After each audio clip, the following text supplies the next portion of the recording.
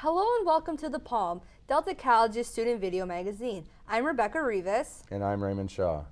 Due to an outburst of violent crimes across the country, there is a growing controversy over fictional violence and how it correlates to real life. The Palm's Sarah Sporsic has more information.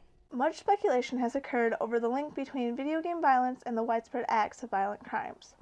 Because of recent crimes, a new door for discussion has been opened. Certified prevention specialist Christopher Sporsic had this to say about the growing controversy. There currently is no evidence that directly links video game violence to real life violence. At best, there's anecdotal evidence.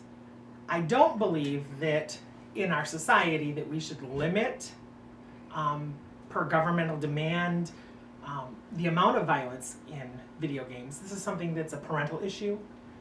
Parents need to be engaged with their children.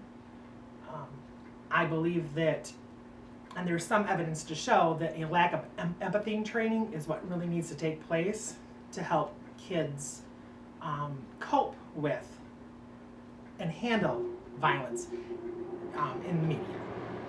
Video game advocate Benjamin Jarrett added this to the debate. I do think there is a bit of a link between video games and violence. I think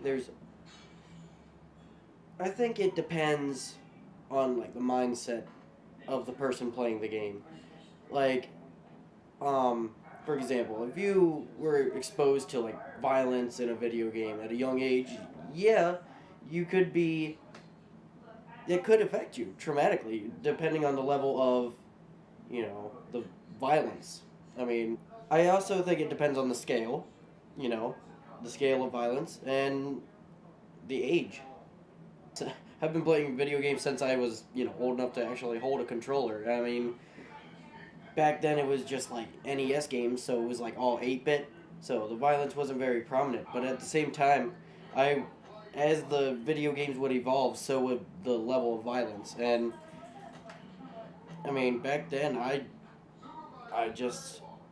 was just told by my parents what was right and what was wrong, So during that whole time that I was playing video games and I saw the violence, like, it didn't really affect me that much because I knew that it was all wrong and I knew that it wouldn't affect me because I have like that mindset that, it's all fiction and that if I really did do this, I would get in trouble.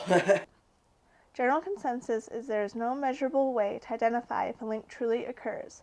I'm Sarah Sporsic, reporting for The Palm.